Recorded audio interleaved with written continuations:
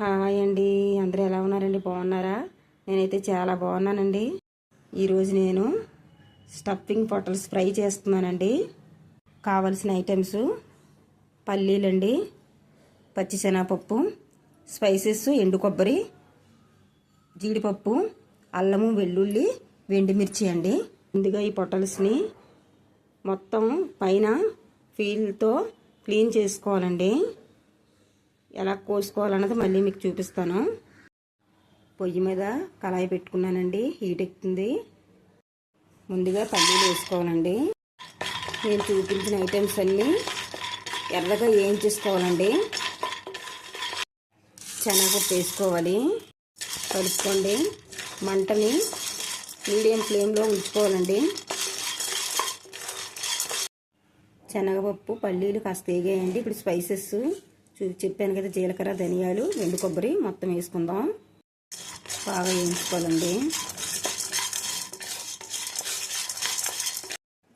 మొత్తం బాగా వేగేయండి. ఇప్పుడైతే జీడిపప్పు వేసుకుందాం, కలుపుకోండి. జీడిపప్పు అయితే లాస్ట్లోనే వేసుకోవాలండి, ముందు వేసేస్తే మాడిపోద్ది.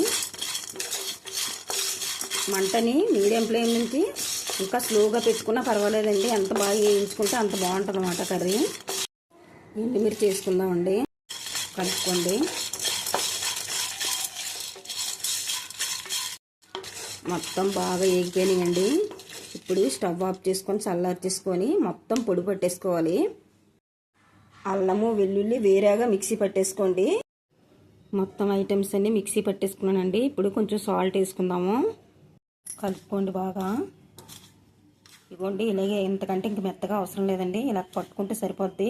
పంటికి తగులుతూ ఉంటే చాలా టేస్టీగా ఉంటుంది అన్నమాట. పొటల్స్ ఇలా కట్ చేసుకోవాలండి మొత్తం అన్నీ. ఇప్పుడు స్టఫ్ చేసుకుందాము. మొత్తం స్టఫింగ్కి మసాలా మొత్తం పెట్టేసుకోవాలన్నమాట పొటల్స్ నిండా. ఇది మనం ఇందులో వాటర్ వేయలేదు కాబట్టి అండి, దారంతో కట్టేసుకోవాలండి.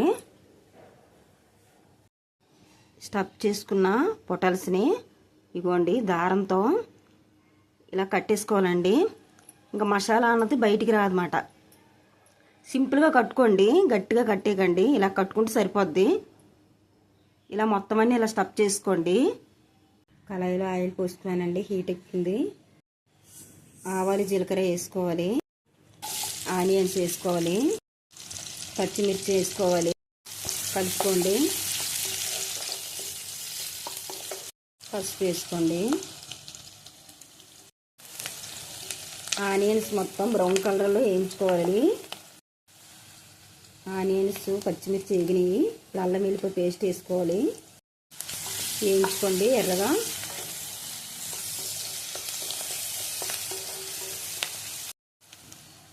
నా ఛానల్ అయితే కొత్త ఛానల్ అండి.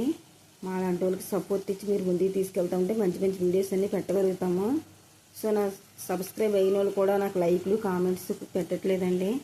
నాకు సపోర్ట్ ఇస్తే నేను చాలా హ్యాపీగా ఫీల్ అవుతానండి.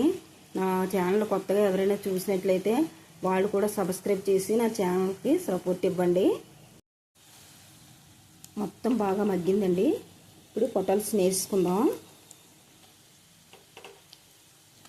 మొత్తం పొటల్స్ వేసుకోండి. మొత్తం పొటల్స్ అన్నీ వేసుకున్నానండి. ఇప్పుడు మంటని మీడియం ఫ్లేమ్లో పెట్టుకొని మూత పెట్టుకొని మగ్గించుకోండి.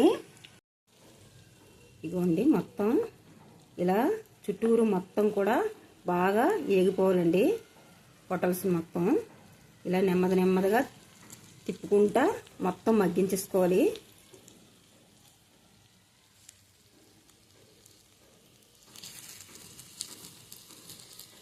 మంటనైతే మాత్రం చిన్న మంట పైన మగ్గించుకోండి.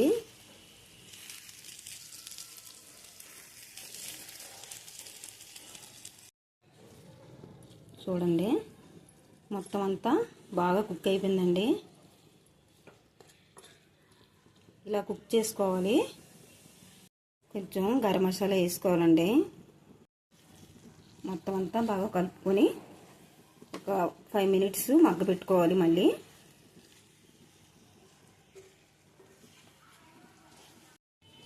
కొంచెం కరివేపాకు వేసుకోవాలి, కొంచెం కొత్తిమీర వేసుకోవాలి. ఎంతో టేస్టీగా ఉండే పొటల్స్, స్టఫింగ్ పొటల్స్ ఫ్రై అయితే రెడీ అయిపోయిందండి. నేను చేసినట్టు మీరు చేయండి, చాలా టేస్ట్గా చాలా కమ్మగా ఉంటుంది. నా కొత్త ఛానల్ను లైక్ చేయండి, షేర్ చేయండి, సబ్స్క్రైబ్ చేయండి, కామెంట్స్ పెట్టండి please. Thank you so much అండి.